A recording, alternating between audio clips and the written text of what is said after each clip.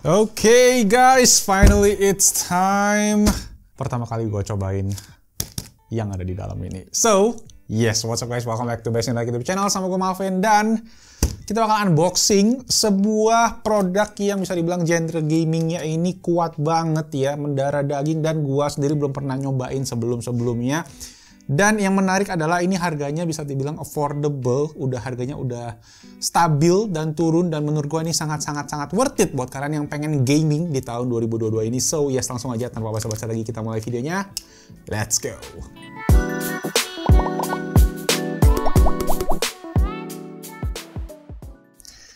Langsung saja.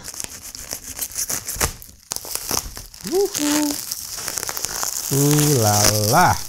5 minutes later. Yes, Xbox Series S. Ini adalah Xbox pertama gue, bisa dibilang ya. Gue gak pernah punya Xbox sebelumnya. Karena memang ya gitu guys, gue kan anak fanboynya Sony. Jadi ini sebenarnya masih termasuk Xbox generasi terbaru, cuma yang versi Lite-nya lah bisa dibilang. Jadi kan ada dua Xbox yang dirilis kemarin, yaitu Xbox Series S dan yang lebih tinggi Xbox Series X. Yang ini Series S, dan buat tahun ini katanya ini tuh worth it banget karena di harganya yang cuma sekitar 4 jutaan aja, bahkan ada yang lebih rendah dari itu guys. Kalian bisa gaming di sini dengan sangat mudah, resolusi up to 1440p dan bisa sampai 120 fps nih kalau kita cek ya ke bagian sampingnya nih ya. Nah, di sini kalau kita lihat specs lengkapnya ini pakai bahasa Jepang, yang artinya ini adalah unit dari Jepang. Yes, mereka memang nggak jual resmi di Indonesia, jadi setahu gua nggak ada juga yang unit garansi resmi. But again, Xbox ya bisa dibilang reliable lah ya, jadi bisa diandalkan. Gue juga pakai PS5, gue punya unit region Jepang, jadi harusnya nggak ada masalah. Oke, kita cek ke bagian belakang nih ya. Di sini kalian bisa cek ada games yang sangat menarik ya, langsung aja karena di Xbox ini dia udah ada sistem atau langganan subscription namanya Game Pass ya. Cukup langganan aja di Game Pass dan semua yang ada di library-nya Xbox ini bisa kalian mainin di konsol kalian. Nah, ada satu lagi yang keren nanti yang kita bakal cobain di bagian akhir karena katanya ini juga bisa jadi PC gaming. Penasaran kan? So, langsung aja kita unboxing dulu ya. Gila. Boxnya keren banget. Nice. Oh, look at that. Gue lebih suka sama yang S ini sih simply karena dia lebih minimalis ya, lebih putih gitu kan. Kalau yang Xbox Series yang X kan dia cuma ada warna hitam aja dan itu agak mengkotak gitu ya. Kalau ini tuh slim gitu. Oke, kita buka dulu ya. Kita buka aja. Sebentar guys, karena ada aksesorisnya, kita buka aksesorisnya dulu ya. Nah, ternyata di dalamnya udah dapet dua kabel. Ini kabel adapter biasa ya, colokannya masih colokan Jepang, dan kabel HDMI yang lumayan gini nih, HDMI high speed. Ya, jadi kalian bisa pakai ini mungkin untuk HDMI 2.1 ya, yang 120 fps. Itu juga mesti TV-nya compatible ya, TV atau monitor lah bisa dibilang yang compatible sampai 120 fps itu bakalan cocok gitu. Dan last but not least, the controller yang berwarna putih. Dan udah dapat dua buah baterai A2 di dalam paketnya. Nah, kemarin gue sempat beli controller ini yang warna hitam untuk gue pakai streaming mobile. Karena kemarin ada Game Pass itu, cuma dia nggak dapat baterainya. Kalau ini ternyata kalian udah dapat baterainya, dan dia itu pakai baterai A2 ya, 2 biji. Yang katanya tuh ada yang jual juga sih paket baterai chargernya. Kalau ini kita pakai baterai biasa, jadi kemungkinan bisa habis. Cuma gue nggak tahu sih berapa lama bisa tahan. Kalau ada infonya gue taruh aja di sini. So slim, kecil banget sih ini. Ini mungkin seukuran PS3 Slim, tapi lebih tebal sedikit ya. Kecil dan mungil dan estetik gitu ya. Putih gitu kan, clean banget desainnya juga. Di depannya ada tombol Xbox-nya, bisa kalian klik. Terus ada USB port sama ada, nah ini gue nggak tahu tombol apa ini. Mungkin tombol reset atau apa, nanti kita coba aja. Kita cek ke bagian belakang sekarang. Nah, di bagian belakang ada beberapa port yang cukup banyak nih. Ada LAN, ya, ada USB 2 biji, HDMI, dan juga ada storage expansion. Nah, storage expansion ini dijual sama ada Seagate yang jual kalau kalian pengen expand storage. Cuma bisa pakai yang dijual oleh Seagate tadi. Mereka kerja sama Xbox. Terakhir cuma sih kabel adapternya aja. Oke, so sekarang gue akan langsung aja setup ke TV yang ada di belakang sini ya. Kita akan testing dan gue juga akan nunjukin kalian seperti yang gue bilang buat gimana jadi Xbox Series S buat PC gaming. Let's go.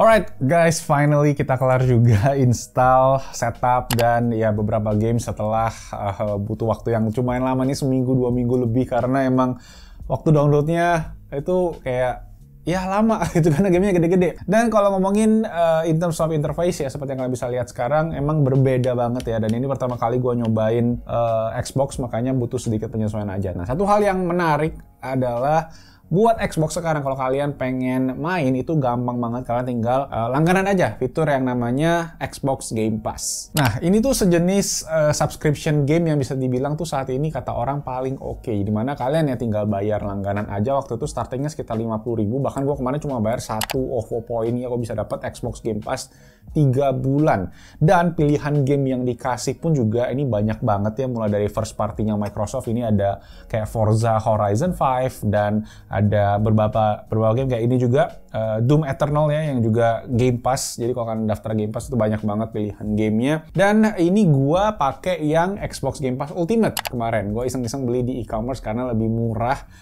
Tapi gua nggak tahu itu legal atau enggak. Dan so far sih aman-aman aja ya. Plus yang Xbox Game Pass yang Ultimate itu tuh bisa streaming game ke smartphone. Namanya fiturnya itu adalah xCloud. Itu juga tinggal kalian Google aja kalau kalian penasaran.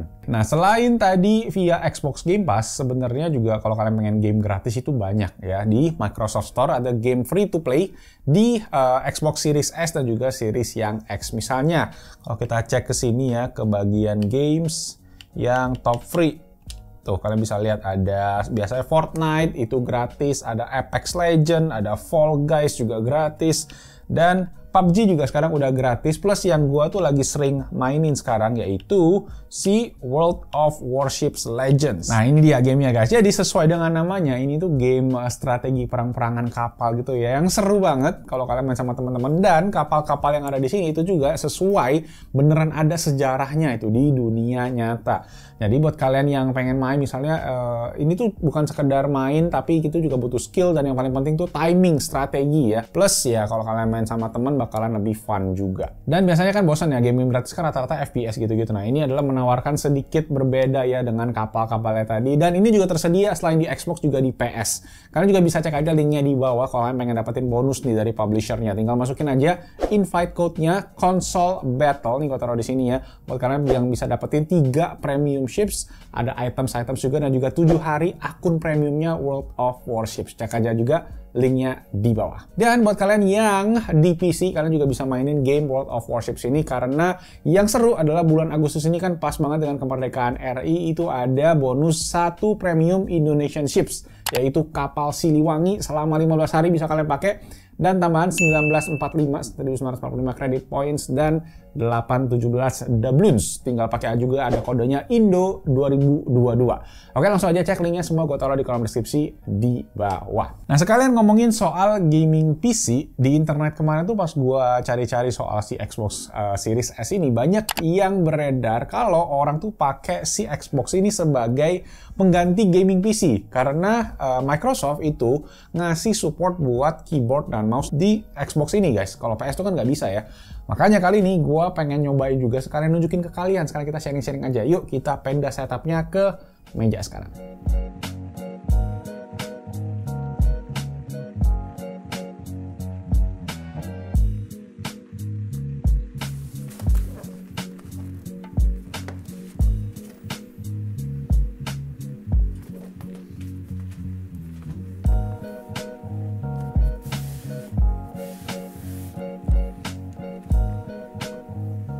Oke, so finally udah kita setup. Sekarang kita udah pasangin keyboard dan mouse. Tapi sebelum gua bahas, gue juga pengen share satu fitur paling penting yang menurut gua killer banget dari Xbox dibandingin sama PS, yaitu fitur yang namanya Quick Resume. Jadi misalnya ya, kita lagi main FIFA gini, terus kalian pengen ganti ke game yang lain, yang tadi kita baru hidupin nih, gue ada beberapa. Tadi gue baru main Fortnite juga, kita bisa langsung switch balik ke Fortnite, dan kita bisa, ada logo Quick Resume-nya ya, terus kita balik ke posisi sebelumnya. Cuma dia mesti emang re-establish connectivity aja sih. Yang menarik lagi adalah sekarang setelah kita pakai keyboard dan mouse, kita tuh beneran bisa main game ya yang FPS tadi. Mungkin kalian sempat lihat sedikit ada footage kita main Fortnite. Itu gua main pakai keyboard dan mouse. Dan support ini sendiri memang sudah dikasih sama Xbox beberapa waktu yang lalu, udah agak lama. Tapi memang game-game yang bisa dimain itu belum gitu banyak. Kalau kalian Google itu nanti kalian akan bisa nemuin beberapa list-list game yang udah support dengan keyboard dan mouse di Xbox ya. Jadi kalian tinggal Google aja. Ini gue juga akan masukin juga list-listnya di sini. Beberapa game menarik ya pastinya kayak Fortnite gini bisa, Doom itu bisa, ada COD juga ada yang bisa. Tetapi dari beberapa juga ada yang tulisannya itu supportnya itu belum full. Nah maksudnya apa sih belum full itu? Belum full itu adalah ketika kalian main, kalian juga mesti controllernya itu dalam posisi on. Jadi si Xbox mesti detect ada controller dulu baru kalian bisa main pakai mouse dan keyboard. Agak aneh ya, jadi tetap mesti dalam kondisi punya controller. Nggak bisa beli Xbox-nya doang batangan tanpa controller pakai keyboard dan mouse, itu nggak bisa.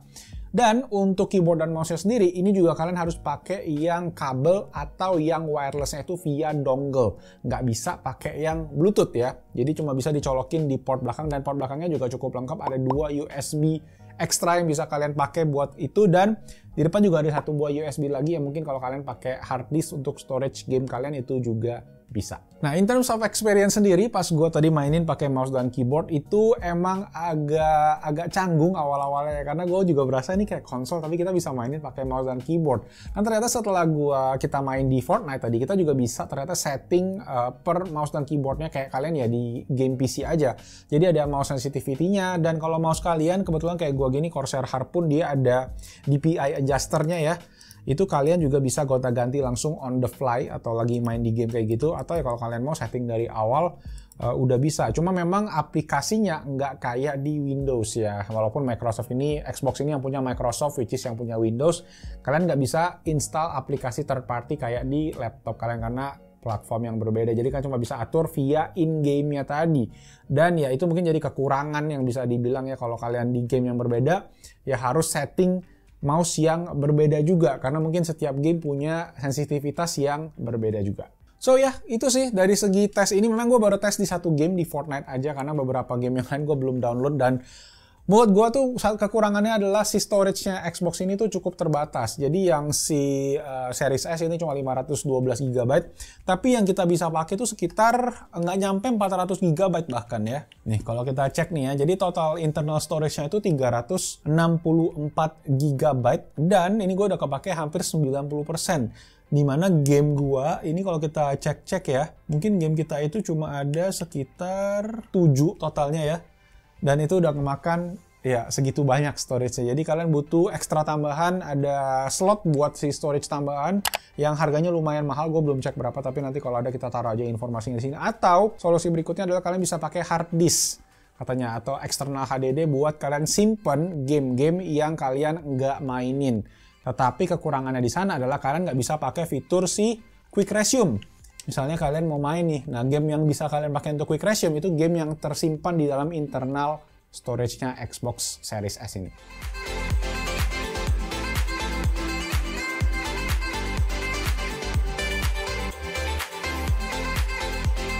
Oke, jadi kesimpulannya gimana? Ya buat gua sih, buat sebuah konsol ini next gen konsol yang paling affordable ya. Harganya kemarin gue beli di 4 juta lebih sedikit, 4 juta 30 ribu. Memang kalau kalian pengen beli Xbox Game Pass gitu-gitu masih nambahin lagi sekitar 30 ribuan, dan ya tergantung kalian pakai yang Ultimate atau yang biasa. Tapi saran gue sih beli yang di e-commerce aja, itu semua aman. Cuma memang kita mesti pakai email yang ada. Itu juga account-nya individual ya, bukan account yang gabungan kayak waktu dulu kita pernah bahas.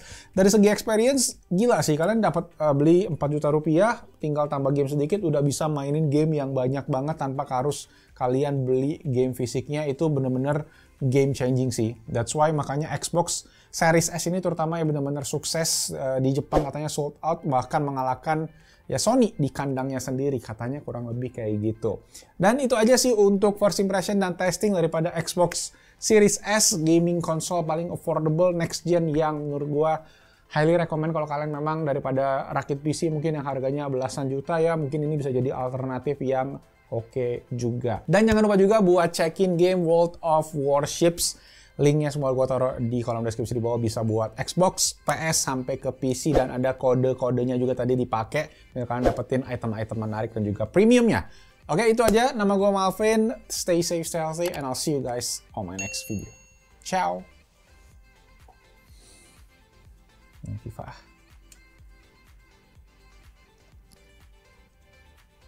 Lanjut.